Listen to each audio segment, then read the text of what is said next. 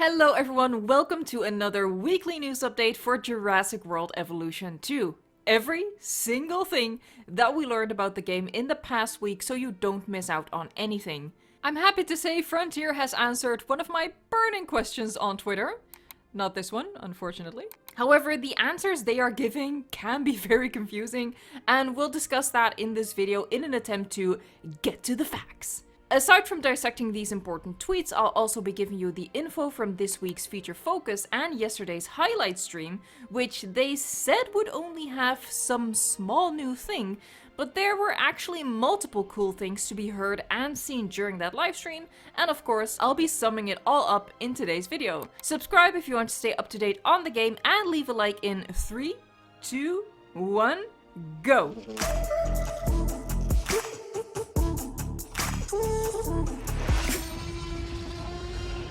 We're going to start this weekly news update for Jurassic World Evolution 2 with the feature focus, which was all about Sandbox, my baby, and Challenge Mode, my arch nemesis. Challenge Mode will once more consist of 4 difficulty levels: easy, medium, hard, and Jurassic, with their own part time.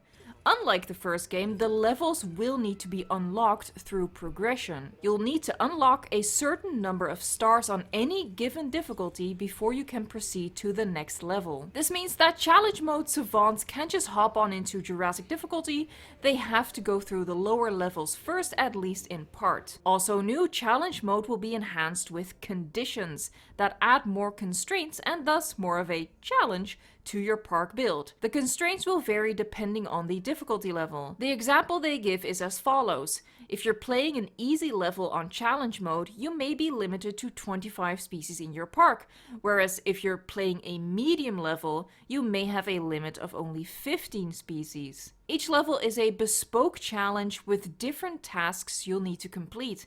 The conditions, maps, and what you have available to achieve is different for each level. This implies that unlike the first time, where for example each map was available as both easy, medium, hard, and Jurassic, in Jurassic World Evolution 2, some maps will be assigned as easy, others will be assigned as Jurassic, and everything in between. These Challenge Mode missions will have both a global location and context that will make them really fun to play. They're not tied into the game's main narrative, so each can be played in isolation. Comparable to the first game, you'll earn unique species cosmetic unlocks for earning 5 stars across the different difficulties. Given how advanced the skin system appears to be for the sequel, presumably an entirely additional pattern or even color can be unlocked through Challenge Mode, since we don't just have a select set of skins like we do in the first game, or perhaps there are some additional presets on top of the custom skin system, for example the movie skins, which are presumably unlocked through Chaos Theory Mode. Regarding Sandbox Mode, Sandbox Mode will offer up a range of options that will allow you to alter the gameplay for your park, allowing you to customize various aspects of how you play the game. Some of these options include granting your park infinite money, allowing you to forgo profitability concerns, adjusting weather options and the time of day, and even altering dinosaur and reptile behavior and lifespan, so you can play at entirely your own pace. These would be the settings we can change as we are currently familiar with. We can approximate a Side B mode with the territory system. By using the new territory system to its full potential, you could even build a nature reserve style park, but you'll need fences to keep your visitors safe. However, carnivores will presumably still need feeders, otherwise they will decimate the herbivore population, which as we know can't reproduce. In the highlights livestream, Jens Eriks did say he loves playing Sandbox because he can make it so that dinosaurs are always happy and never hungry. Could just be a poor choice of words, or perhaps this hints at hunger being something that can be disabled entirely in Sandbox Mode, which would make a true, albeit unnatural, Side B possible. It's very speculative, but just something I wanted to bring to your attention. Maps from Chaos Theory and Challenge Mode will be available in Sandbox Mode. The maps from Campaign Mode are not specifically mentioned here, but they've actually since clarified that campaign maps are available in Sandbox too. The big positive from this is that considering Chaos Theory Mode will logically largely take place on Nublar and Sorna, the tropical environment will be available to us to build our sandbox parks in. The opinion of the public is divided on the following point, but whether you like it or not, content from Sandbox Mode once more needs to be unlocked. It's not like Planet Zoo or most other tycoon games, where sandbox content is instantly available. Sandbox Mode content needs to be unlocked by researching it in other modes, so your sandbox parks will be constantly evolving with your gameplay. We start you off with some basic stuff, but the rest will need to be unlocked for you to access. Note that in this quote they say modes, as in plural. From the first game, a playthrough of the campaign was enough to unlock everything, just one mode. Granted, it was the only other mode available upon launch, but now they mentioned modes, plural. It was pretty vague, and I wasn't the only one because multiple people tweeted them the same question I did. Is content from Sandbox just unlocked through the campaign, or do you also need to unlock content for Sandbox through Chaos Theory mode and Challenge mode? And Frontier replied, Sandbox mode content is unlocked through the other modes. The second you research a specific dinosaur or park feature in any mode, it's unlocked in Sandbox mode. Which seems pretty clear until you notice that in response to someone else asking literally the exact same question I did, they gave a seemingly contradictory answer. There are things to unlock for Sandbox mode in all the different modes, but what you unlock depends on the mode. I had to have a think about how to make these two answers coexist peacefully in the same universe, because one implies that all content can be unlocked through just any mode, and the other implies you have to go through all the modes to unlock all the content. This was really confusing. They had us in the first half, not gonna lie. But through many people asking pretty much the same question, we have enough context to get to the truth. Yes, any mode allows you to unlock content, but unlike what we are used to from the current game, not all content is going to be the same across the modes. Some content is exclusive to Chaos Theory mode and Challenge mode. I think they're referring to movie content in Chaos Theory mode, and they've clarified that it's just the extra cosmetics in Challenge mode. Theoretically, you might be able to unlock everything through completing either the combination of campaign and Chaos Theory mode, with the exception of those extra cosmetics, or the combination of Challenge mode at all difficulty levels and Chaos Theory mode. But that is based on the presumption that a full playthrough of Challenge mode includes the same content as the campaign. Just something to think about for people who want to work out the fastest way to unlock everything. Keep in mind that Sandbox content is unlocked through research, not through 4-starring a given park as it is in the current game. By the way, since it is officially the most asked question on the channel, I will of course be doing a playthrough of the entire campaign and Chaos Theory mode on the channel. Even if we wouldn't need to do that for the content in Sandbox, I would have still played those modes because I'm very excited about them. And if you want to be around for that, then, well, maybe subscribe? Some other more straightforward tidbits from social media. There will be 5 biomes in total. We've already seen Taiga and Desert, and from Chaos Theory mode we know Tropical will return, leaving 2 biomes unknown. Comment your theories and wishes for the other 2 down below. Someone asked about the moment in the dev diary when we saw images of the Albertosaurus and Nigersaurus appear in the management screen. They've asked for confirmation on these species, which Frontier did not give. I mean, of course they didn't. They usually don't. So as far as the confirmed species list goes, I'd like to add an asterisk behind the Albertosaurus and Nigersaurus.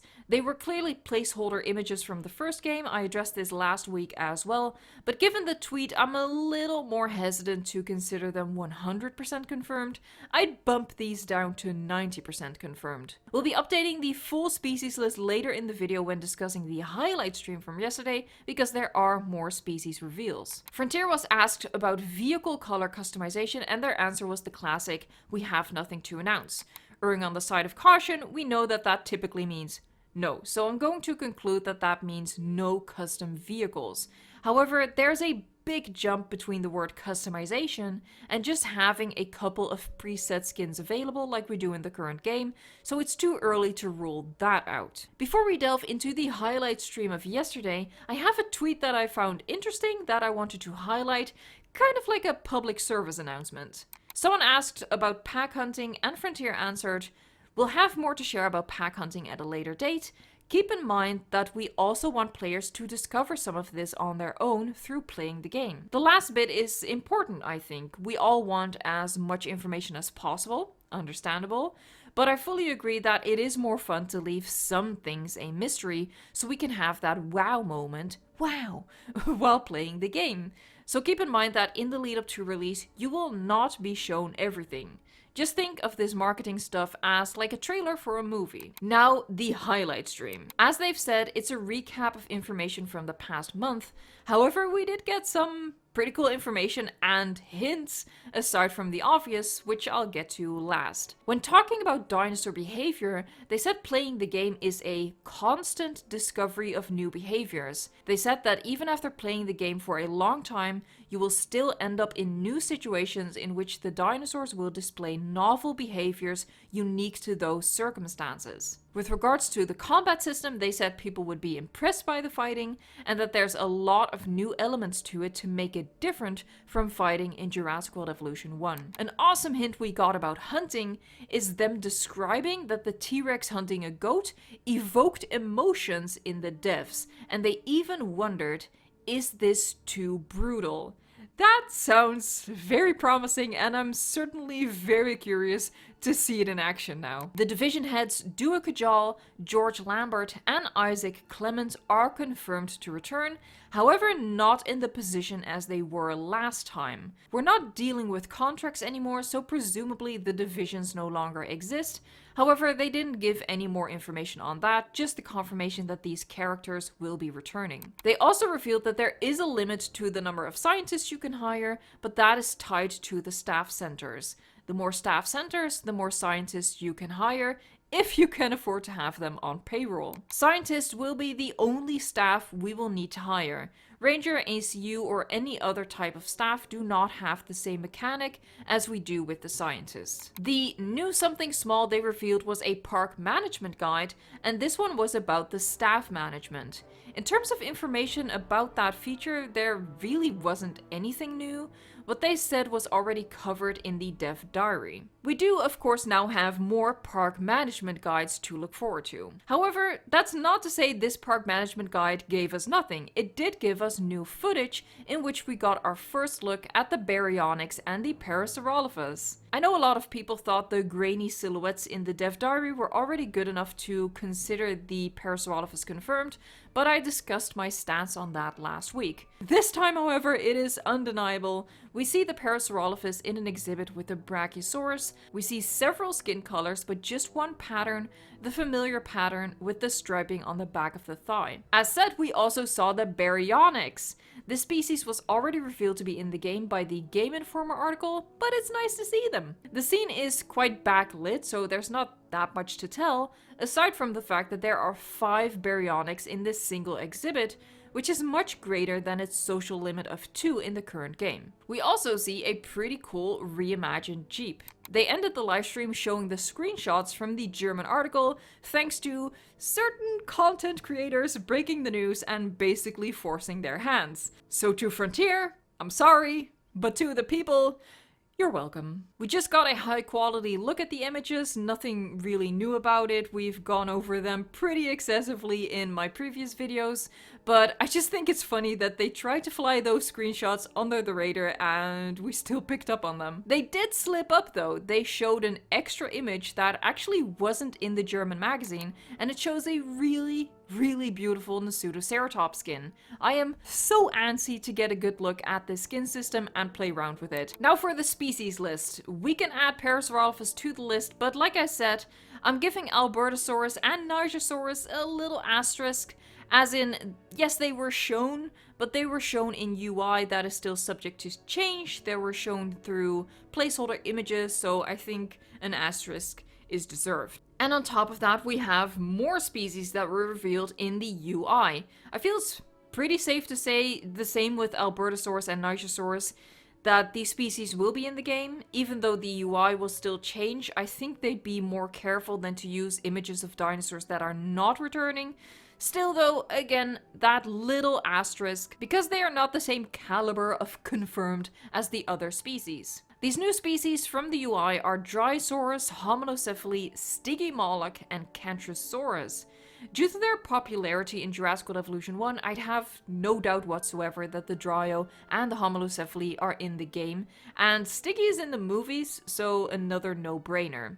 Kentro isn't that popular from the first game, as far as I'm aware at least, but with a roster of over 75 creatures, it's not a suspicious addition either. It doesn't make me question it. This brings the total up to 29 of over 75 species that we currently know. Hopefully we're picking up the weekly pattern of species field guides again next week, and we'll soon get our first proper look at the Mosasaurus. That was all for today. Again, if you want to stay up to date on all of the Jurassic World Evolution 2 news, please consider subscribing. And if you enjoyed this format of the news, leave a like on the video. And I hope you will join me later today for the live stream and in the future for future content. Thank you so much for watching, liking, subscribing, and until next time, enjoy the anticipation.